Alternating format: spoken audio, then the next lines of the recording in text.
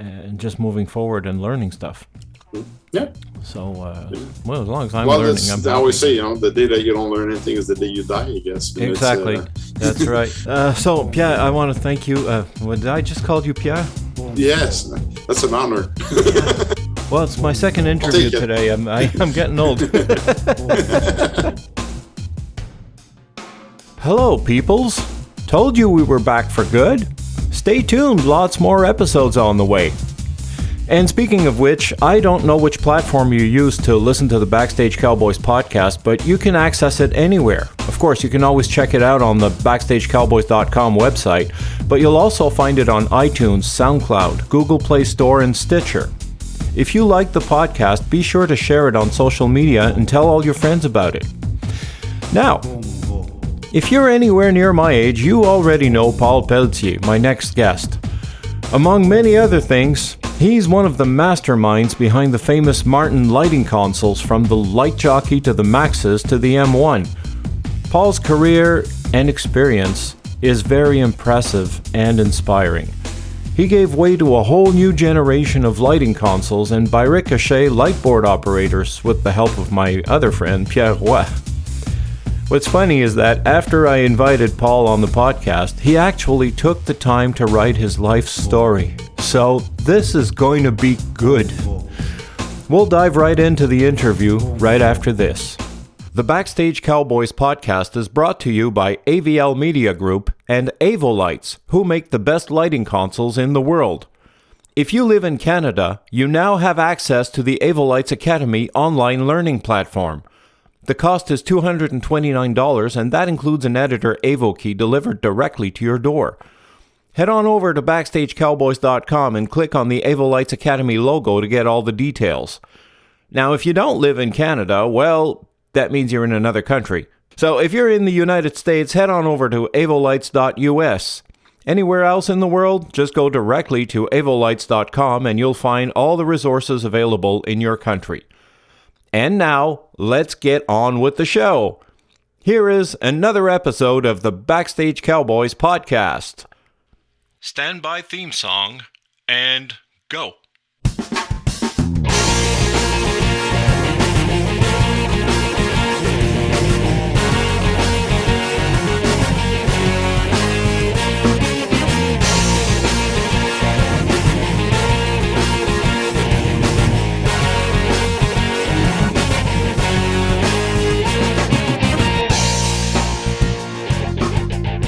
Hey, Paul, how's it going, man? Hey, good. Thanks for the invite. Well, thanks for being there. I mean, I don't know if you're aware of this. You're a legend. So, am I? Okay. Yeah. Everybody knows Paul Pelletier. Some. No, I've been around. Yeah, I've been around for a little while. So, yes, I guess some people know me. Yeah, I guess so. So, listen, I'd like to start, like, if by any chance one of our listeners doesn't happen to know who you are, I'd like to start by what you're doing right now, and then we'll work our way back and figure out how you got there. Well, I'm a global brand manager for a brand called ChromaQ, brand of LED products, mainly in the professional world, TV, a lot of the TV and the cinema world. And I've been doing that for 4.5 years now. At ChromaQ, and prior to that, I've been really known for working for Martin Professional for a long time before that. So that's all right. As a global brand manager, it's pretty broad because it's also product manager. It's like we can get in detail later on, but yeah, so it's not just like marketing. I do a lot more, which I like to do. yeah, and I know you particularly for your involvement with Martin. With the consoles. That's when I guess we met. That's when we met. I have a little anecdote on that. I was once invited to see the M1 before the official launch. And Nicola, I think the guy who called me, and he says, come and see this. And back then, we were working with Sparks and Space Sabers. Compulate was pretty much... I remember that, yes. The thing. So I go over it, I have a look at this board, and wow, it's interesting, really, really cool. Especially, from a guy working with a Spark, for me, it was like, wow, revelation, And I said, hey, this is cool. I said, I'm going to take it with me. I've got a couple shows coming up. I'd like to try it. And the guy says, well, you can't take the console. I said, why can't I? He says, well, it's Paul's prototype. I said, well, call him. So I got to know what I have here. No. Yeah, so I don't know good. how this happened, but somehow I walked away with the console under my arm and drove over to Quebec City, did a couple shows with it, and I was really amazed. I came back and I said, yeah, okay, you guys really built a real console there. Actually, that's funny now that you say that, because in the chat on Facebook, I went back, I said, oh, what was the first conversation we had? And it was exactly about that on Messenger. It was in 2010. So yeah, 12 years ago. Wow, time flies, man. Yeah. Yeah. So and I know your involvement with the Maxxyz. I mean, so since we're talking about that, I know you were involved in the process of creating those consoles, but what exactly was your role in all that? Well, there's been, I would say, several chapters in this. I mean, like I got involved. If we step back a long time ago, I mean, started in 1992 was my first involvement with Martin. Directly. It was I met a fellow at LDI, Jens Peter Anderson, who was at the time the head of doing the 2032, which was a software, and then he was also working on the 3032. These were DOS-based software, but they were graphic. So that was a difference between anything else on the market. Yeah, you could see gobos on the screen. You could click on the gobo, and instead of typing in values or using sliders or faders to get to your value, you had a graphical screen. So to me, that was the attraction there. And so I met this guy, and then we became friends pretty quickly. We started exchanging fax and not emails. That was at the time there was fax. And so we got in touch, and then tried to improve the software. He was really happy to get some feedback. And from there, a lot of things happened after that, in terms of involvement with them. And then came the light jockey in 1998, which I was involved into it. And around the same time, actually around 95, they partnered with a company in Belgium called Maxxyz, and they were doing called R&D International. They were doing a console called the Maxxyz controller, there was quite some innovative things into that. And so that was in 95, and at some point, this company got involved into developing a controller for Martin, and that was the Maxxyz. Mm-hmm. So the Maxxyz was a joint venture between this company in Belgium and Martin Professional in Denmark. And because at that point I was there on a regular basis, I was going to Denmark 3-4 times a year. So I got dragged into this and to bring the idea, and then of course I was really happy to do that. So that's where my involvement in the Maxxyz started. I was not writing code for that specifically. I did write some code for the Light Jockey, for plugins for the Light Jockey mainly. Okay. And what happened later on is the plugins I did for Light Jockey, I was asked to port them to the M series, which I did, and like I said, I didn't write code directly for the Maxxyz software or even the M series after, but the plugin that were used called there was like Jockey Manager, and then became Maxxyz Manager, and then M series Manager after. This was all my involvement. Wow. So, and then of course, bringing ideas all the time. And I wasn't alone. There was a team of people there, and we were always bringing ideas and creating nightmares for the developers. So, but yeah, so that was the involvement in that project until. Sorry if I go pretty wide there, but like no until problem. So it was the Maxxyz until. 2008. And 2008 is when I left. At the time I was working, my real job was actually working for Ericsson Pro in Canada as a product specialist. So that was my full-time job. And the extra that I did was for Martin in Denmark. But and in 2008, I was asked to take over the product management for the controller in Denmark. So I quit Ericsson Pro and then I started working there. And it was still called Maxxyz, that project at the time. Mm-hmm. And we decided, me and Matthias Henrich, who was my partner in crime there in product management, we decided to rebrand it. We never personally, both of us never liked the word Maxxyz. So people didn't know how to pronounce it.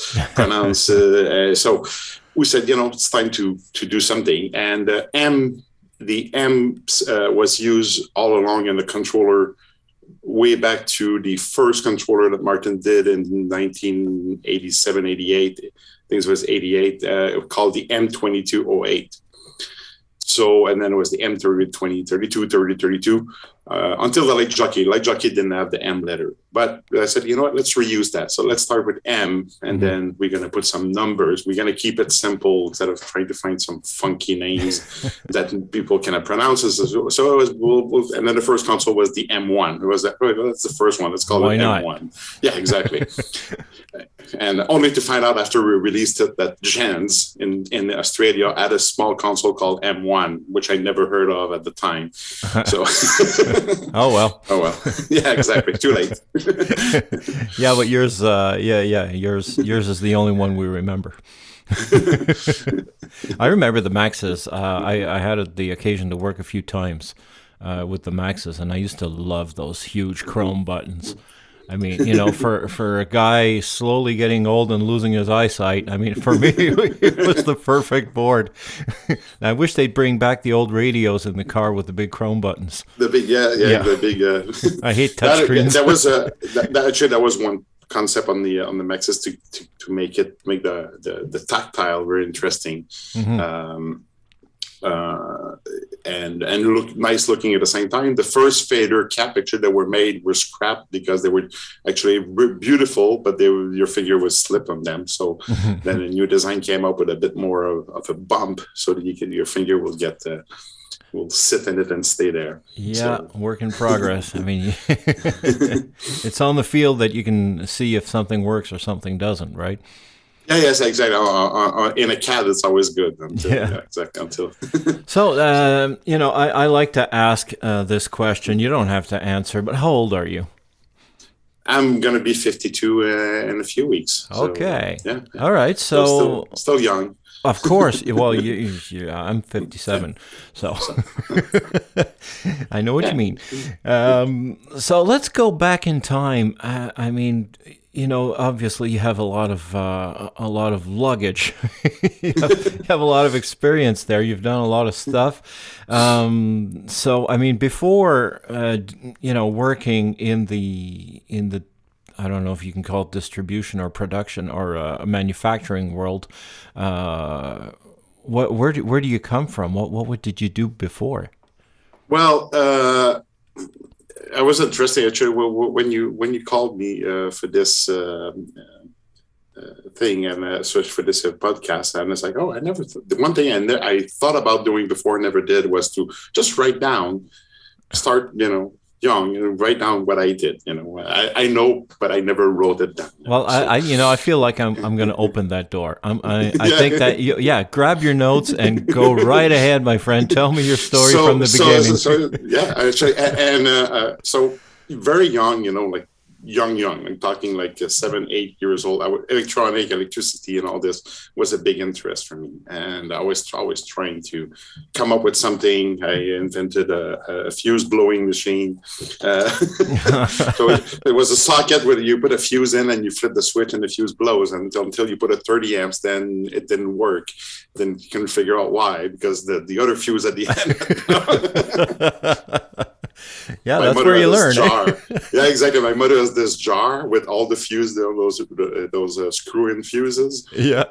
Yeah, and I went through the jar and I tried to. There was a little spark. It was interesting. Anyway, did you end up putting a penny behind the fuse at some point? No, I didn't. I didn't know that trick. I wish. Maybe that's why you're still alive. Down the house. So that anyway. So for some reason, my parents never stopped me from doing things. I was like, was always going. I was going to the scrap yard and getting motors and whatever, bring that home and plugging that and trying things. So then also really young, at 10 years old, there was a convenience store almost next door. My older brother, which was he was 16, went to a college which was outside of town, but he was working at that convenience place. So the day that my brother left to go to that college, I went to the convenience store and I said to the owner, "I'm here to replace my brother. Take over, and he's like, "Really?" I'm like, "Yeah." I said, "Okay." So I got a job at 10 years old, and I was filling up the fridge and doing the basic things. And so I worked there until I was 18. But I started basically piling up some money, and I would spend all this money. I would go to there was later on, that was probably around when I was about 14 or 13, 14. I would go to the electronic stores and buy components and try to put things together, amplifiers and things like that. At some point, I got lucky. There's in our basement, there was a part of the basement that was closed. There was like a room, and my parents rented that to one of their friends. And what he was doing was car amplifiers. Oh. Pure Class A car amplifiers with balanced in and out transformers, and he was building each one of them by hand. And so I learned a lot with him. I learned my electronics, my basics of electronic with him. I learned how to bend metals, and I was helping him doing the heat sink, which was made of aluminum sheet that were just bent. And so that was, good knowledge there. And it's also when I started learning about music, because he was listening to music all the time, and some good old classic Pink Floyd. And so I developed a taste for music, because until then I was I would say, more of a nerd thing, like playing in the basement, but not, having not much going. I was not much going out with playing with friends and stuff like that. I was more in the basement.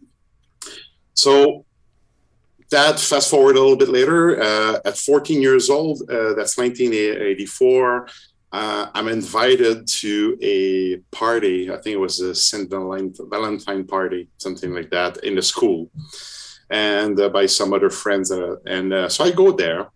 And when I get there, I'm not interested into the girls or anything dancing. That's not. I see the DJ in the corner, and I'm looking at him. I'm just looking at what he's doing. It's like, oh, that's interesting, And he's got a mixer and turntable, a couple of turntables, and after watching him for, I don't know, maybe 30, 40 minutes, he just passed me the headphone. And said, "You continue." Then I realized actually the equipment that was not his. I was actually the school equipment, and and he was just doing it for fun like that. So I jumped behind by then I had figured out how it works by looking at him.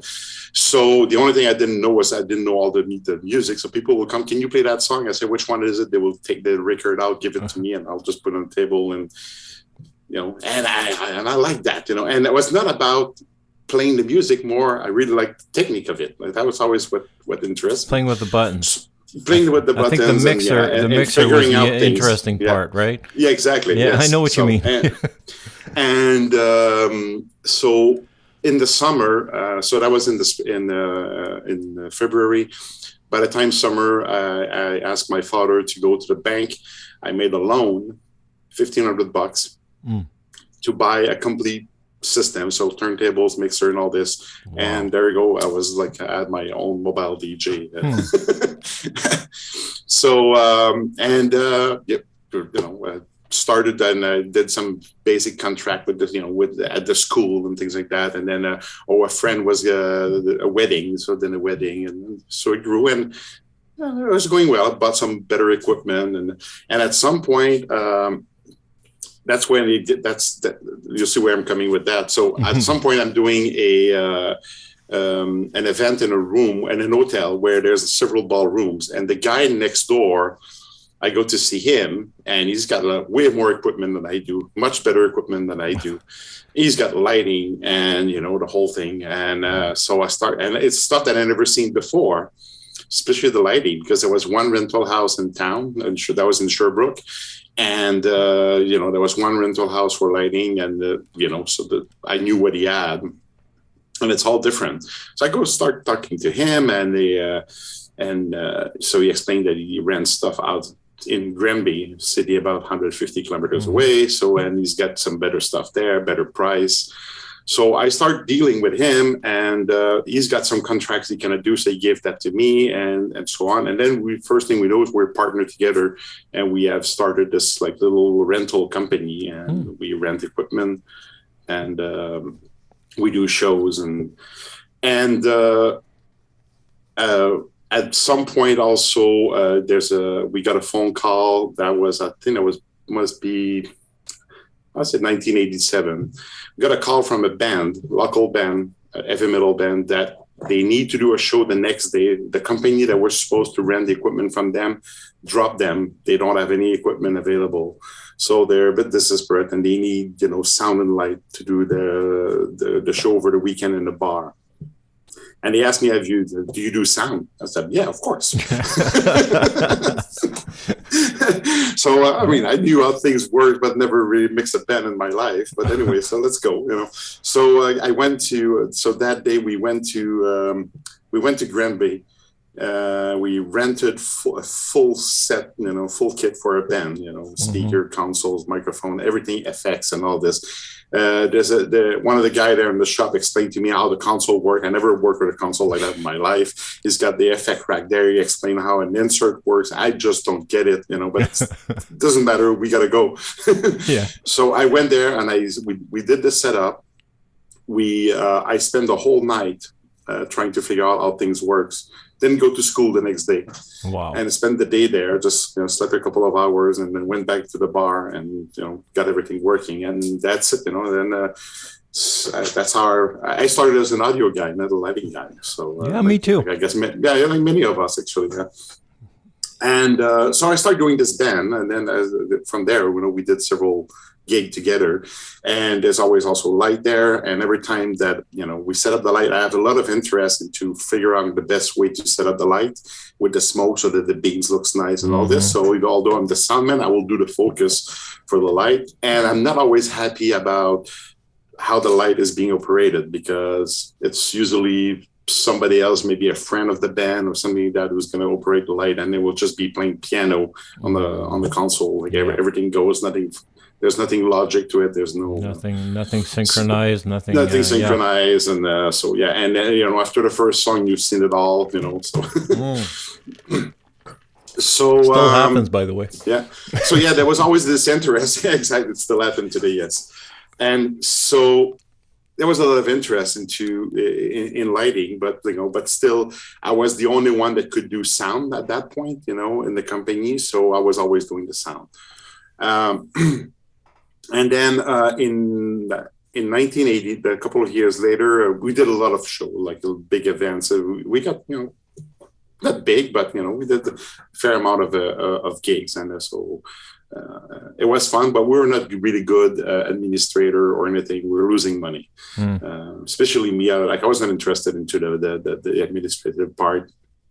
And it became, as you start growing, and then we got employees, and it get heavy, and then it's like you don't have the time to do what you want to do. You're always like managing things. Yeah. And when common you're story. Like, when you're 18, that's not always, or at least for me, that was not what I wanted to do. So in summary, I think it was summer 89, the company we rent equipment in Granby called me and said, "Hey, I need a soundman for the summer. Could you do that?" And I said, "Oh, that's interesting. I would just do that. I don't have anything to manage." So I asked my partner, and at the time things were slow, and and there's a couple of gigs. Well, okay, we can manage that. So I go to work there, and I really enjoyed that. Suddenly there's more equipment, and that's all I have to do. And so I told my partner, I said, "You know what? He needs another guy here. Why don't we close the company? You come in, you move to Granby, and we're gonna work here for him instead, and and enjoy enjoy what we do. Yeah. So we did that. So close the company, and then at that point, there was a guy there doing lighting, which was Patrice Guertin. If you know him, who's now who's doing sound now. But at the time, he was the lighting guy of the company. And I learned a lot from him, like in a short time. He was a really good guy to work with, really crazy idea. And he moved out. He went, started doing that sound, and then he moved out of the company. So I took his position as lighting guy at that point, and because that was the interest. And it's also the time we start getting moving lights. So, we start getting these, there was these little scanner that was like, well, we could rent some Klepaki fixtures. And then Martin came up with those small little fixtures, which were interesting. We start selling them a lot into installations because that was the first time we had access to a scanner that was affordable for the time, compared to everything else, which was like thousands and thousands of dollars. Then you had something that you could sell for $800-900, and so we did a lot of a small install with that, and I got to learn how the controllers work, and this is where the interest into Martin started building up, and that brings basically into 1992 when I went to LDI and met for the first. That was my first trade show, my first LDI, and then I met this guy Jens Peter Anderson in the controller department. So that I would say that was like that event changed everything, and the reason I went to this trade LDI was with a club owner from Granby, Guy Nolin, who wanted to open a club in Saint-Hyacinthe. And the year before, he tried to do one in Sherbrooke at an old cinema, and that didn't work. The city decided to protect that cinema, and for good reason. Now it's the Granada, which is a beautiful, But it decided at the time it was abandoned, but it decided to protect it. So he was looking to do a nightclub into a movie theater. And then there was this one in Saint-Hyacinthe, and we built a club there called the Casting Club back then. And he gave me carte blanche, like, to do the design. And so I came up with something with a rig that moves and everything. And there was like 30-something moving lights, which was big at the time. Yeah, still is actually. Yeah, for certain applications. So we had to make a choice of the moving lights to use, and so that was the reason to go to Dallas to the LDI. And when I got there, it was like Toys R Us, for kids, for growing up. First day I just went around crazy, tried to see everything, but you don't achieve anything. So the second day was more structured, and but then I would say, not to bash on any manufacturer, but it's just an event of that and there. I got cold shoulder at different manufacturer. It was really weird. I was a kid, and I felt because I was a kid not knowing things, people, some manufacturer would just push me. Kind of say, just go away. They were not interested in talking. And then I went to the Martin booth, and then I said, I got this. We have this controller, the 2032. So it's great. I like the fact it's graphical, but there's a lot of things missing. It could be much better. And that's when he said, oh, you know what? There's this guy there, Jens Peter. He's the head of software. Talk to him, And I went to talk to him, and he was completely open to ideas. So that changed everything. The attitude was completely different than the other manufacturers. And I say that because I keep reminding this to people when we do trade show. When a kid comes in the booth, you never know who's that kid. Yeah. And I've seen it, working for Martin, people coming in the booth, and 2-3 years later, this kid that came to the booth is now the designer for a major act. So you never know when who's that guy will be. Especially in a specialized trade show. I mean, people who are there have an interest. They're exactly. And you gotta you got to praise this, when somebody in a young age is interested into, ask questions, although they're stupid questions because they don't know, it doesn't matter, he's got questions. So yeah, you take some time and you answer them. So I always tell that story because to me, that event changed everything, Yeah. For after. So that's when the relationship, let's say, started with Martin, and kind of close the loop there on where I come from. I worked in television also. That was the other part when I was writing these things I did. I realized, oh yeah, that's right. I worked in television, and I was pure luck in Sherbrooke. There was this community TV station, where people go there and work for free. Yeah, I know the station. And there was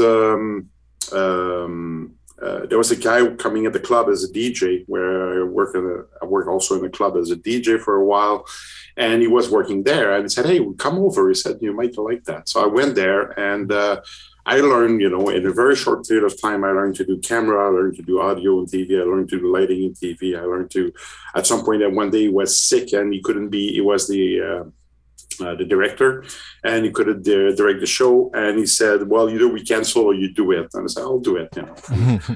Yeah, nice opportunity. You just jump and then make it happen. So how old were you at that time when you were working at that station? 18. Okay. Yeah. Wow. So that's the thing. In a very short period of time, between let's say 16 and 21, 22, there's like so many things that happens. But I would just jump on everything that was presented and just try to do it and make the most out of it. It's a nice period because it's the period where you have the biggest learning curve, and it's also a period where you have time. Yeah, time and energy also. And energy, that's right. Yeah. So sleeping is secondary. I remember we were doing this gig in Miami, and after a huge day of setup and all that, we say, "Okay, let's hit the strip. Let's go for a drink." And there was this third guy with us. He says, "No, guys, we got to go to bed because we get up early tomorrow." I said, "Listen, we're here for 3 days. We'll sleep when we get back." Exactly. Well, I mean, it's like trade shows, back then, and like you went to trade shows up to your say 40 years old, 35, 40. Mm-hmm. It's different than now. Now it's like I go to a trade show, do the day, and then I would go eat and then sleep. Yeah, and then they say, "Oh yeah, we have a meeting tonight, or we're having some guests for supper." And okay, I'll go, but or make it early. Make it early. Don't book your dinner at 9:30 at night, something like that. So, but so young, exactly. You have the energy, and it was fun, and always try to reinvent the wheel and improve things. And what's interesting also is all these different things we did. You learn. I try to learn the most out of it all the time. When I worked in Granby, the company I worked there, which was called Reflex Production. The owner was, I'd say, crazy in a way that he couldn't say no. Mm-hmm. Customer would come in, say, "Hey, can you do this?" And he would just say yes. But then it was passed to us to execute it. So, we did everything, from staging to curtains to lighting, sound, of course, and anything that would happen, he would just say yes, and and we'll figure out. Yeah, just make it happen. Yeah, we did a lot of those skating shows in April. For the different cities. So we went from the year I started working there, they were doing one per week for the 5 weeks period, and from end of March till end of April. And the next year, I did that. So in the work, we managed, and I was doing all the plots and everything. And at the time, Patrice was still there. Patrice Gartias, lighting guy. So I had that was good. I learned from him doing that. The year after, and now I'm on my own there. And And he decided not to do 2 per week, but to do 3 shows per week. So we take 3 contracts, 3 different cities every week. We have the equipment to do 1.5 at best. And the staff to do 1? Yeah. So everything is, exactly. So actually everything is rented out, everything else. So we get stuff coming from 5 different shops. Nothing fits together. So, and I have to manage this. I did all the drawings for all the gigs and then try to find people to do that. It was just a nightmare. Yeah. I've done it. I know what you mean. Yeah. And then I was like, after that week, I said, never again. And actually then I made some then I got into the business part. I started looking at how much we're spending doing all this and money we're making, and I realized actually because there's a shortage of your equipment, it doesn't matter, you're going to rent your equipment. If you don't do the contract, your equipment will go out anyway. So I made the math, and it was the year after we did a couple of shows that we liked to do. There were the cities that we had fun to do, and they were paying more money. For the rest of the time, we just rented the equipment, and then we made way more money that way. I've heard that before. I mean, it's a lot less trouble. You just supply the equipment, and you don't have to worry about the gig. You don't have to worry about delivering, and no matter how the gig went, you're getting paid. Yeah, exactly. Whereas if you're delivering the gig and you screw up, you're not getting paid. Exactly. Yeah. So that was also fast learning. What else I did is we did a lot of at Reflex. We did a lot of gig for Pierre Gravel, who was a impresario for André-Philippe Gagnon and many others. And so we did not all, but most of the corporate events for André-Philippe Gagnon. So we were, sometimes twice a week we would go to Toronto. We had a kit in a corner just for that.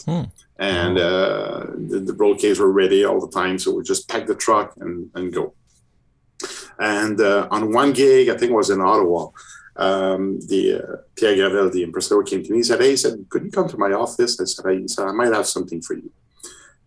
So I go there. A few days later, I go to meet him. And he said, he explained that he has a tour with an artist. It's going to be for a Christmas album. And it's going to be mainly in churches. And all along, I'm thinking I'm going to be doing the light for that. And it's like, okay, that's interesting. And then tells me to pay, and pay is really good. I'm like, oh, yeah, really good.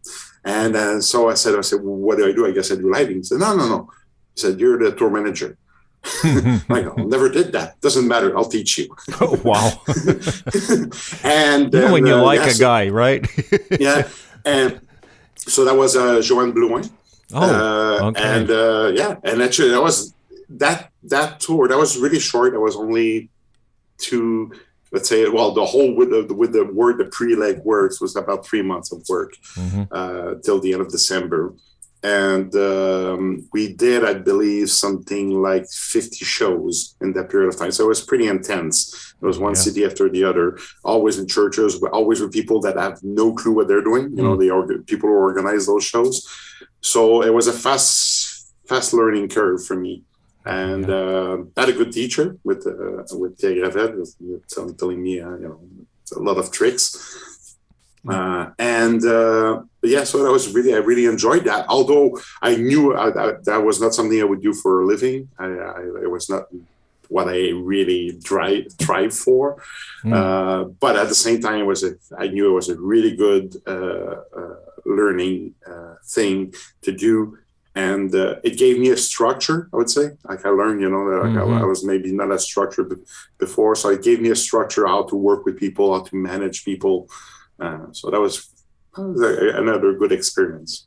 Yeah, it's always it's very beneficial for teamwork when you have a good idea of what the others on your team are doing. Yes, I always said that. I always said that, like when to people that wants to learn in the industry, start. Yes, it's boring, but start by pushing the road cases. Yeah, and loading trucks. And then I said the day that you're directing a crew and you ask them to do things that are impossible because you never did it. Yeah, that's when the frustration starts. Yeah, that's right. I mean, how many times have I told this? I mean, I'm on a show. I'm directing the focus, and there's a guy, balancing on a truss up there, and you ask him to turn the park hand, and the park hand's jammed. And I asked, okay, bring it over here, and it's not moving. I say, is it stuck? He says, yeah. I said, the hell with it. Move on to the next one. Yeah, Are you serious? I said, I said, I don't care about the park hand. I care about you. Exactly. Yeah, exactly. We all were, I guess, we all came across some, fancy designer who never touched anything in there, Yeah. And then they would ask you to hang a lico there. Yeah. Like, yeah, but there's nothing there, And it has to be there, right? Yeah, but they want it there. It's like, well, no, it's like, I understand that that's what you want, but right now that's not possible. With some planning, it would have been possible. Yeah. So, yeah, you hang it. You show me how it's done. I mean, yeah, exactly. You seem to know better than I do, right? So go right ahead. Show me. Oh, God. How many stories do we have like that? Yeah. Carry on, my friend. I'm sorry I interrupted. No, that's good. And then if we go back then to, go back, or move forward to working with, I started working for Ericsson Pro, like I said before, as a product specialist. They hired me at a time because I would say I knew more about the product than themselves. Mm-hmm. So they would call me to answer questions for their own customers. And because I got a lot of interest into the products, so I knew I took them apart and rebuild them. And so I was really good at knowing how the product works. So I was hired there, and I did a pretty good job, especially in the beginning, to give really good customer service. Because to me, I knew, I would say, what was before I got hired, I knew the customer service was not to the level it needed to be, especially for those products. Mm-hmm. So I knew the frustration. So I didn't want anybody to live the same frustration, with those products. And so I stepped up the customer service. And that made, I would say at the time, it's not because in, let's say, 1995, 96, 97, it's not because Martin had the best product on the market at the time. But in Canada, we definitely had the best customer service. And that made a difference with the rental house, who were not happy, let's say, dealing with others and their customer service. I so understand. At a certain point, it's product for product. It's who you want to work with. Yeah, and you want a peace of mind that if there's a problem, it's going to get fixed, because there's always problem. There's no perfect product that works. There's always something happening. Even the best product at some point, there could be a batch, it could be many things, but something will go wrong, and that's when customer service makes a difference. And but along that, we did there was like the leg jockey development that was happening, and we did a series of install in Canada, and the famous players, cinema at the time, which are now Cineplex, and we did 21 of them, and in the lobby, installed in the lobby, and they started in 90. The first one was done in 98, I think, and it spanned over until 2002, I think. But in the early days, we used the first one we did, I think, was Ottawa, and we did it with a piece of software that Martin was selling that was not designed for that at all. It was designed for theater purpose. It was called the Proscenium, and it was some, I think, the Italian guys who designed that, and it was interesting for theater at a time, but not for an install. But that's all we had as a software. So we did an install with that, and it was just awful. And then Leg Jockey was in development.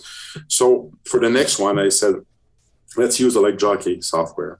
And we started, but it was missing a lot of things. It was still, in its early days. Yeah. And one of the things that was not there at all, there was no scheduling. And so we knew by experience that with the one in Ottawa, people would not turn on the show at all. So it would run 24/7. So after a few months, all the lamps were toast. So we wanted to have a schedule. So the next one, we said, well, we got to have some timers to start and stop the show and all this. And I asked the developer in Denmark, Jens Peter, I said, could you add this to the software? And I explained what I wanted to do. And he said, Paul, I don't have time for this at all. He said, I got this and this and this to do, and this is way more important than that. And I understood, because what I was asking for was for one specific job, while the rest he had to do was, for what the life of the product would be, more for nightclubs. And yeah. So so he said, you know what? He said, if you want, just do it yourself. And I said, oh, okay, that's interesting point of view, So, and he all he did is he gave me a short example how I could access the code. So he gave me a back door, I would say, to the software to trigger things. But at that point, did you know how to code, or did you learn on the spot? I learned on the spot. Oh, wow. So, okay. Yeah. So, and then he gave me that, and then it was done in Delphi, so it's in Pascal language. Mm-hmm. And there was one guy at Ericsson Pro who knew about that, and he basically said, "Oh yeah, so you can download this," and they had a free version of the software of the compiler. So I downloaded this, and he showed me a couple of things and how to make a button and change a circle which will mimic an LED, for example, to change color. Mm-hmm. That's pretty much all I got. And then I start reading about it, and then whenever I get stuck, I would ask the guy in Denmark, say, "Hey, I tried to do this and that doesn't work," and he would just give me a small example, and then okay, I figure it out. And that's power. So if you were to look at my code, it's not the most organized. I don't have. I would say I'm always miss the base for coding. But I know my way around to get things happening. Yeah. Well, you did it the other way around. So I learned how to code on my own, basically by reading books and asking questions, and then you get better and better at it, and then you start pushing it. And so I got the chance I wrote a couple of plugins, and it was things by not interest, by need. So the scheduler was the first thing I needed that. Mm-hmm. And then as you start doing this, then you realize, oh, you need this, you need that, and then there's like a lot of elements you need. It's not just putting a list that triggers a time. People wants to have different schedule for a different day. And then I heard at some point there was an install done on a cruise ship, and that was a very interesting one. And they put a scheduler in it, but they forgot that the boat move. Oh, it's not always in the same time zone. Oh yeah, there's that. There's that. Yes. And I'm like, oh, that's okay. That's interesting. And let's time this event. I mean, did you have access to internet at the time, or was that? Yes. We're actually. I started. I mean, first of all, computer-wise, I started like young. I didn't have any computer. My friends had computer. We didn't have the money at home, so I never got into a computer. At school, in grade 6, we had Commodore 64. We were a test class for computing, so we got access to this. We went to school pre-internet. Yes. Yeah. And in when I moved to Gambia, so I was in 1989. My girlfriend was in university, needed to do some Word Perfect.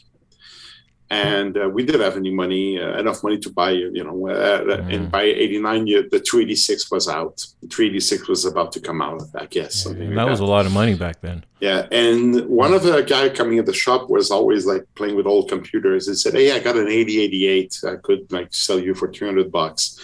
And it was like an old 8088. And then I went to buy a printer, and that was basically for her to do her own works. The guy who gave me that computer, or I bought the computer from, was also doing electronic, and he said he put a piece of software called Arcade, which is to design PC boards, if you know. And he said, "Hey, if you want to play with that," and I started playing with that. Then I realized I could do my 2D plots for shows with that.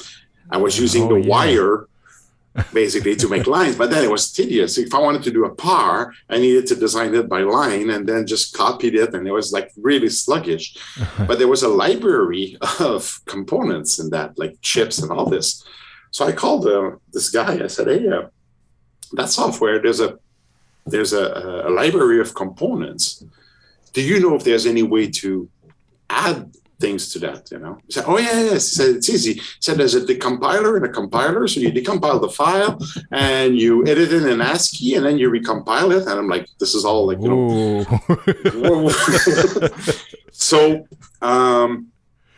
basically every night when coming back from work, I would just sit down and try to figure out what he meant, And at some point, looking in the folders, I saw there was a file called decomp and comp. I said, okay, that must be the decompiler and the compiler for the library. Yeah. And after many trial and error, I figured out how to decompile a library into an ASCII file, just a text file. Mm-hmm. And then it was all basically dots and pound. So when it's a dot, it's an off pixel. When it's a pound, it's an on pixel. So you would draw basically the objects in that. And then when you compile it, it would become this object on the screen, So I did a complete library of brings back memories, man.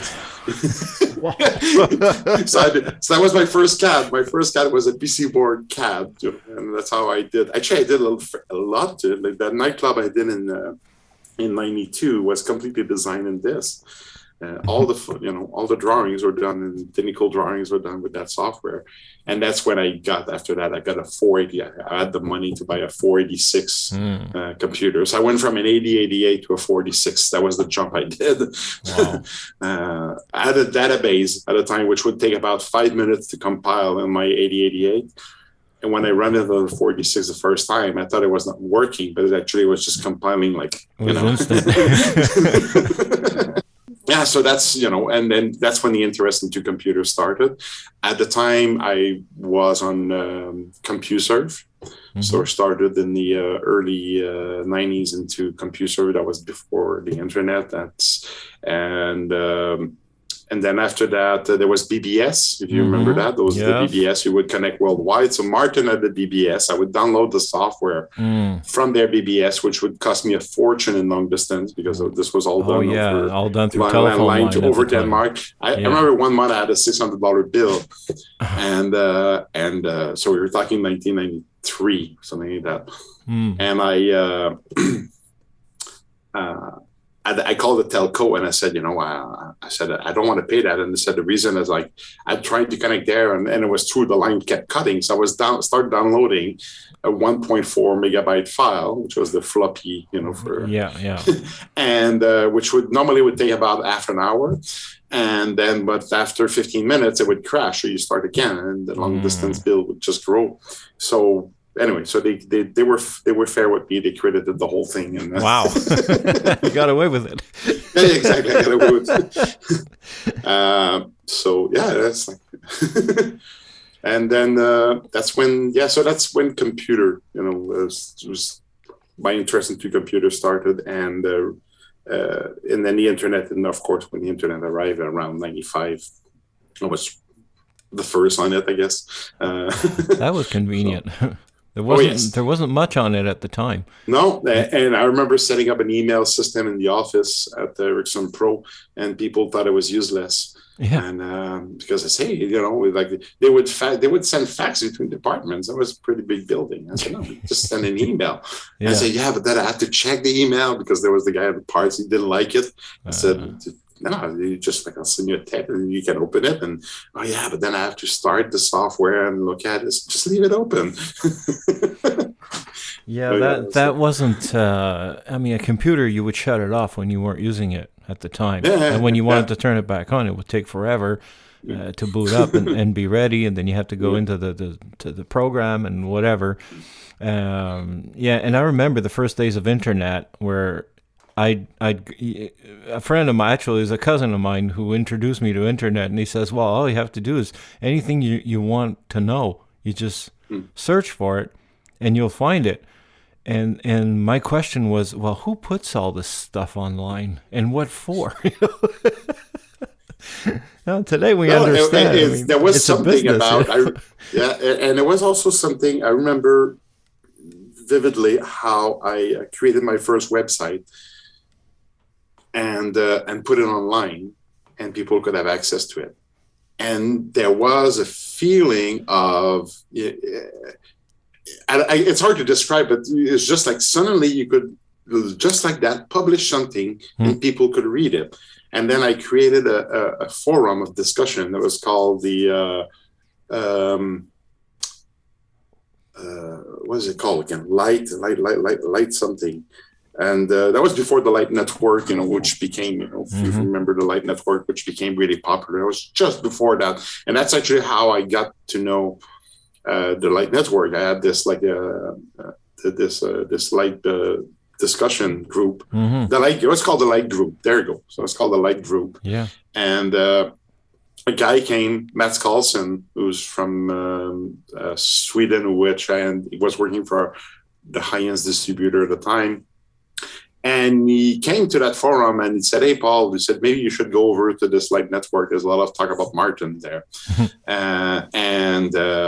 So that's how I got to know Light Network. But yeah, so I created a group, but it was interesting because suddenly I had people from India, people from like all over the world starting to communicate. And we're talking 96, 97, so the very early days of. You're actually bypassing the official media channels. Yes, and, yes, exactly. And you're just creating your own thing. And I mean, internet actually allowed people to get a voice out there and to gather up without being dependent on whatever the broadcasters would allow.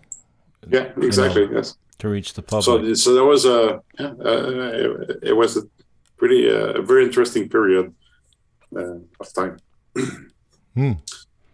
So yeah, and of course the after that the whole time at Martin was like that was an amazing time. The whole time I worked for Martin, because we were the group of people there was just amazing. Still amazing, the people there. There's not as many as they were at the time. But a lot more competition too, eh? So yes, of course things have changed, a lot. And but we had a group of product manager there that was just outstanding, and we could do the way that what was really interesting actually is everybody was involved in everything in a way.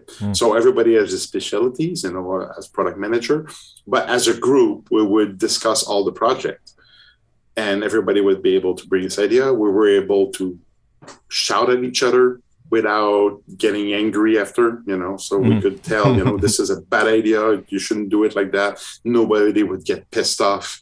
And so we had this dynamic going down, which is very difficult to build actually. Yeah. But we had that there. So that was really a very good and interesting period, and also good learning. Again, it's always about learning, and that's what I like to do. So you learn from everybody. You learn about management. You learn about sales, marketing, and that's the beauty of being product manager, is you're in the middle of everything in a way. So you end up touching every aspect of a product, and that's always So, and how did that transition happen from Martin to where you are? You're at ChromaQ now, right? So after a while, at Martin, things we went through different owners. So there was was the company behind, and then Harman came, and then they were purchased by Samsung. So the dynamic had changed a fair amount, and it was all cool in a way that I didn't see myself into where they were going. And at some point, that's when you realize that, I don't fit there anymore. It's not me anymore. And so I was like, the timing was good. I didn't know what to do exactly. Then I had a discussion with JF, who's my boss now at ChromaQ. And so we talked, and then he said, I could have something. And I was like, okay, well, let's talk. And there was a good interest there. And then I realized the other fit was not working anymore. So the timing was perfect. So I told Martin that I was leaving there. That was the end of it. So people were a bit shocked by that, of course. Well, yeah, you had been. How long have you been, Martin? Well, the involvement at the time was about 25 years. Wow. So I started from '92. Full time there was since 2008. Sorry, 2008 to 2017. Yes, so a good 15 years. It's been. It was tough. I mean, I was like, it was 11 years. The day that I called and I said that's it. It was a rough day, like really rough. But at the same time, I knew that was the right thing. And a few weeks after, it turns out, that Harman decided to do a house clean up, and a lot of people were let go, unfortunately. And people thought that I knew what was happening. I didn't know what was happening exactly. I knew something was up. I never expected that, but I knew that I didn't fit there anymore at the time. So, and then they got rid of. I knew that they would get rid of controllers eventually. So that was, that was. I kind of got the confirmation of that through the discussion I had. So, and I understand why they did that. I don't agree with it. I understand why. I didn't agree at the time, but then that's their money, their decision, and their. So you have to accept it. You cannot just start that. Well, exactly. I always say if I thought I could do better than my employer, I'd be a competitor. So. Yeah. So and they have their point of view and on what they wanted to focus on, and Martin is still well alive and still doing great fixtures, and that's okay. So anyway, then I went to work for ChromaQ, and that was also that has been a really interesting thing also, because it's a very different company,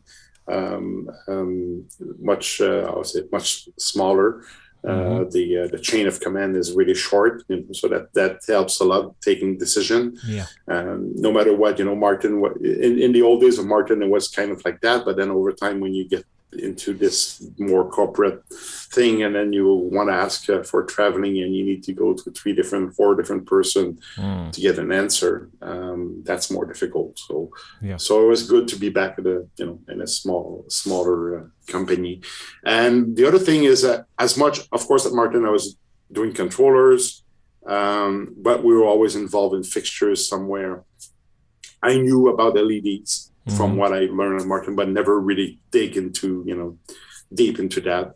So when I joined ChromaQ, I thought I knew about the LEDs, and then I realized I didn't know much about the LEDs. And then because you get really, that's what I do now. I don't do, I concentrate on fixtures, and LEDs, and we do a lot of our own design and in-house. We don't have, we don't. Everything is done in Toronto. So if you know a bit, we manufacture and design everything in Toronto. That still exists. Yes. Wow, I'm amazed.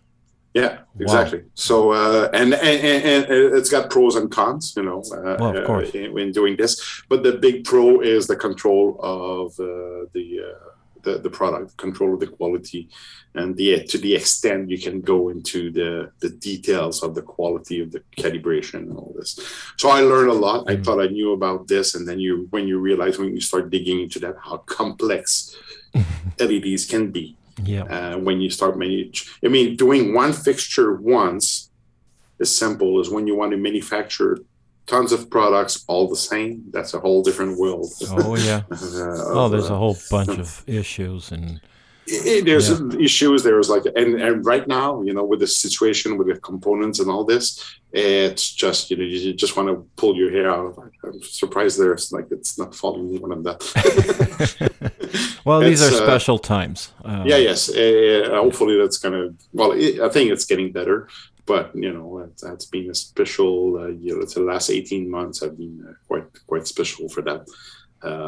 But things are good because we do a lot in the cinema and the TV world, which is really active through the pandemic. So yeah, that's a good thing, because if everything came to a halt, I mean that would be catastrophic. It already is catastrophic as far as I'm concerned. It is. I mean, when I think about the people doing touring and all this, it's just terrible. The live show event, the club scene, all this stuff. I mean, this is a big part of the economy, and it's all at a dead stop, and a lot of it is dead, period. So it's a hard hit.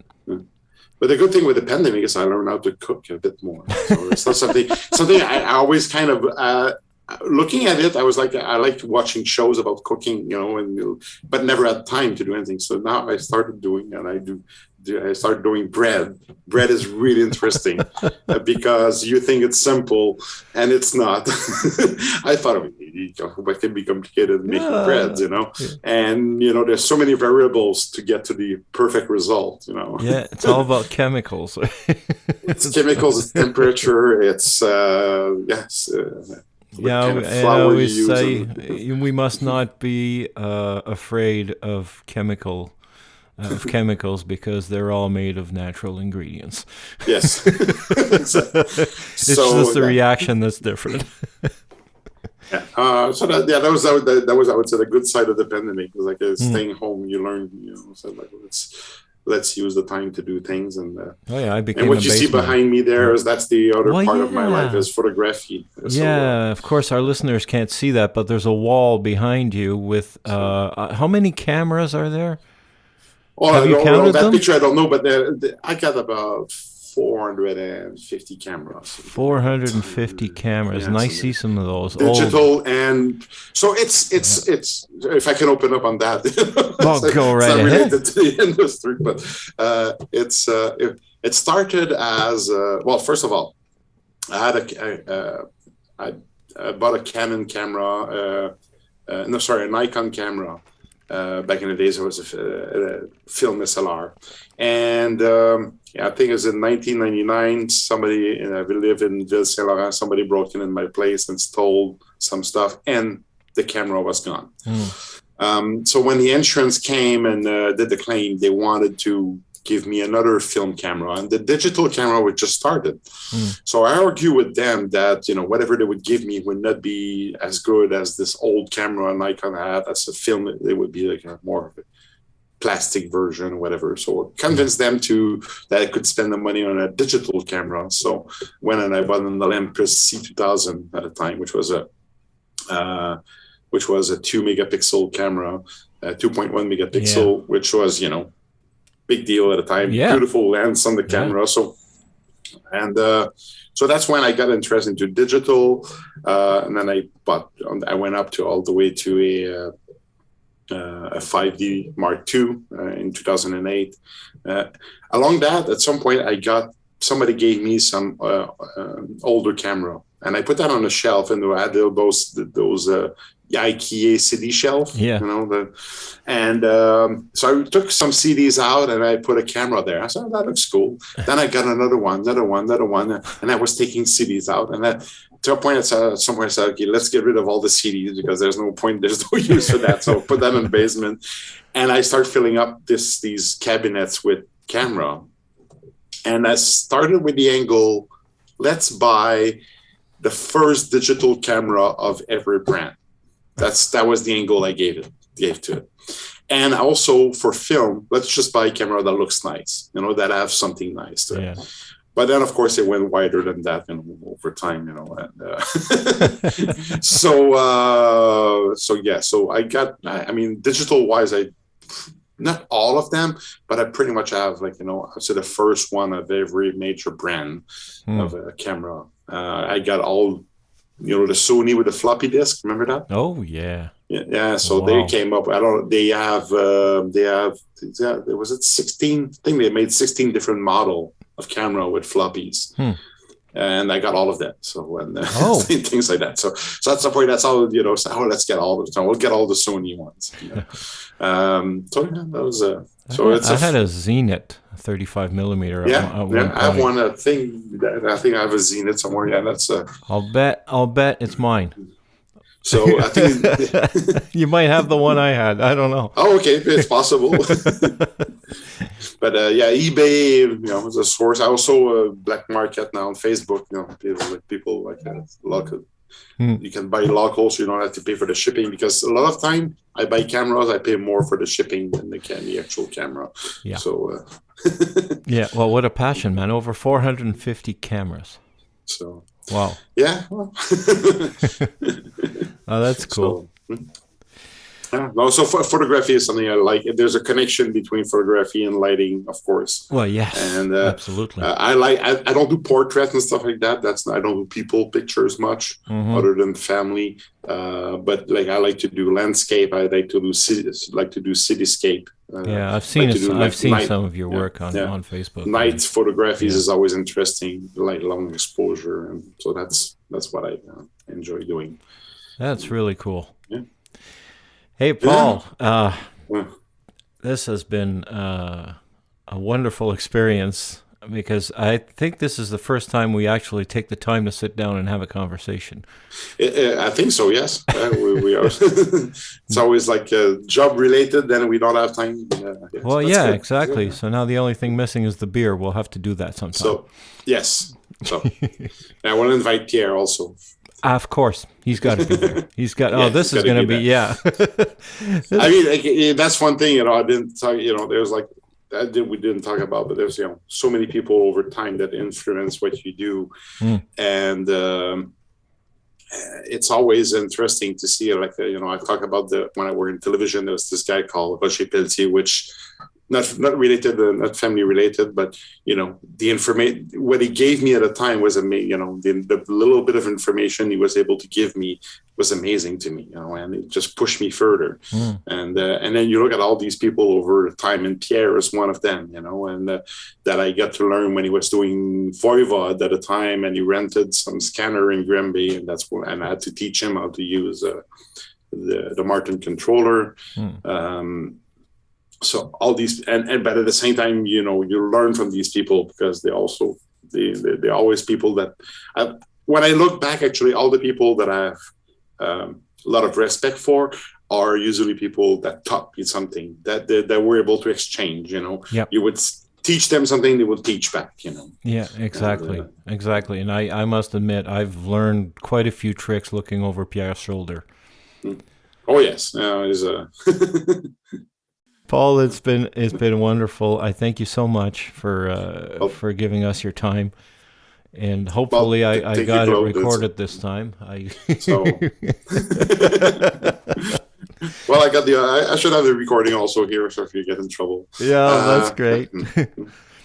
Okay, anything you want to say before we sign off? Well, thank you. It's great that you do that. It's great that to get to know people and where they come from, and sometimes it's always good to watch also others and how they got there, and just to show. It's not about school is important, of course, but there's not only that. There's all the people you meet and what you do, what you take out of this.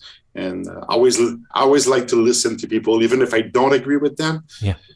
With what they say, I would listen to them, and then you don't have to do it. You can just listen, take the part you like, and leave the rest. Of course, yeah.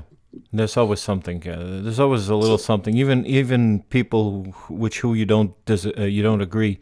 There's always a little something. There's always a takeaway somewhere in there. And sometimes it's later on you would say, "Oh yes, he was right," or "Yes, I was right." And that's it. Yeah. So. And sometimes we're both right. So it depends on the context. Exactly. Yes. All right. Good. Well, take care, Paul. Take care, Claude. Thank you. The Backstage Cowboys podcast is brought to you by AVL Media Group and Avolights, who make the best lighting consoles in the world. If you live in Canada, you now have access to the Avolights Academy online learning platform. The cost is $229, and that includes an editor Avo key delivered directly to your door.